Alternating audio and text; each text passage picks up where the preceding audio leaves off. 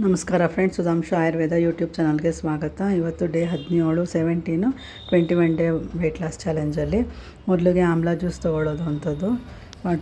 100 ml ನೀರಿಗೆ 2 spoons ಹಾಕ್ಕೊಂಡು ತೊಗೊಳ್ಳೋವಂಥದ್ದು 10 ml.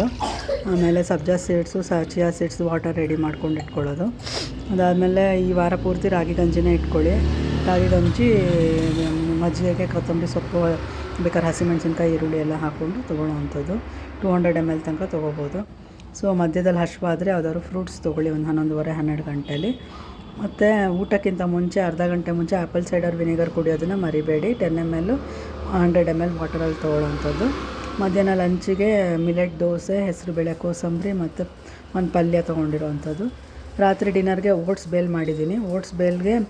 Oats ಜೊತೆಗೆ ಓಟ್ಸ್ ರೋಸ್ಟ್ ಮಾಡ್ಕೊಂಬಿಟ್ಟು ಬೇರೆ ತರಕಾರಿ, ಈರುಳ್ಳಿ, ಕ್ಯಾರೆಟು, ಕೊತ್ತಂಬರಿ ಸೊಪ್ಪು ಎಲ್ಲ ಹಾಕಿ ಮೊಳಕೆ ಕಟ್ಟಿದ ಹೆಸರು ಕಾಳು ಹಾಕಿ ಮಾಡೋವಂಥದ್ದು.